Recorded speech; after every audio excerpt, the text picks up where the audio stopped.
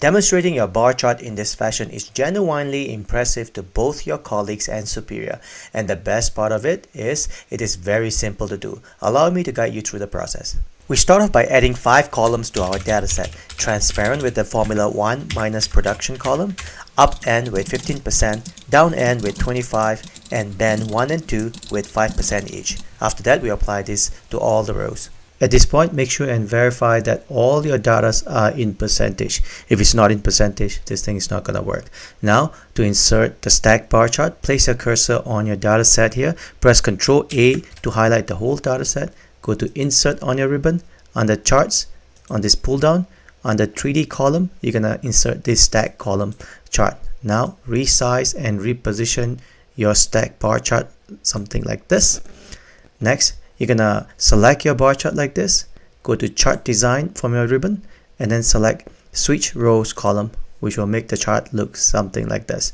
Next, you're gonna insert this band 1 and 2 again, one more time. Select the band 1 and 2, Ctrl C to copy in a clipboard, select your stack bar chart, and Ctrl V to insert the 2 new band 1 and 2 on top of the pre-existing band 1 and 2. Now, you're gonna select this plus here, and basically remove your axes, chart title, and grid line. And at this point, this is what your stack chart is going to look like. Now, to make this stack bar chart look cylindrical, right click on any of the bar chart and then select Format Data Series. Gap width, we're going to make it 40%, and the column shape, we're going to make it into a cylinder. And then let's close this. As you can see, that the cylinder look a bit comical and non-realistic. Now, to make it more realistic, you're gonna right click any of the bar chart again one more time, and from the context menu you're gonna select 3D rotation. When this pop-up comes up, scroll down a bit, you'll see a section called 3D rotation. On your X rotation, you're gonna set this to 0 degrees and then basically close this, and now it looks like a cylinder. Now, to reorganize this stack cylindrical chart, what you do is you go and select the stack chart like this, and then you select Chart Design from your ribbon. And then from the data section, you're going to select data like this, and it'll give you a pop-up option like this.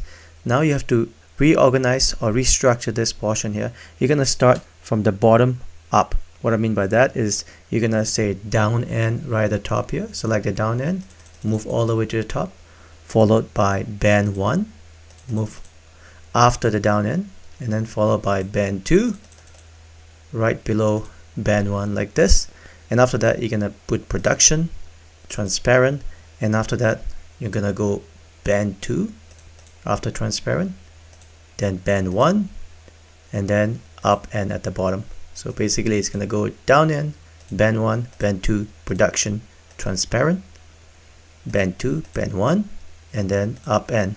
Once you have organized in that structure, click on OK to accept that new data structure. Now, to make the top portion transparent, right click on the orange stack bar chart here, Format Data Series, and then in Lines and Fill, you're gonna go Solid, and Transparency, basically you're gonna say 80%. You can change this to 70 if you like, but 80 seems to work perfectly fine for mine. And I'm gonna close this Format Data Series, and this is what it should look like. Now, to make the stack chart look like a cylinder, I'm gonna change dark blue to green, dark red to white, and this green to white, and this blue to green, and the yellow at the bottom to white. Now, to give a bit of a shadow for the cylinder, select the bottom cylinder like this, right click on it, Format Data Series. In here, you're gonna select this Effects, and then on the shadow, the distance, you're gonna probably give about 9 points like this to create a nice looking shadow at the bottom. Now, to close off, the final thing you have to do is to basically select your 5 columns that you added, and to hide it, you can change the font color to white, and then you're done.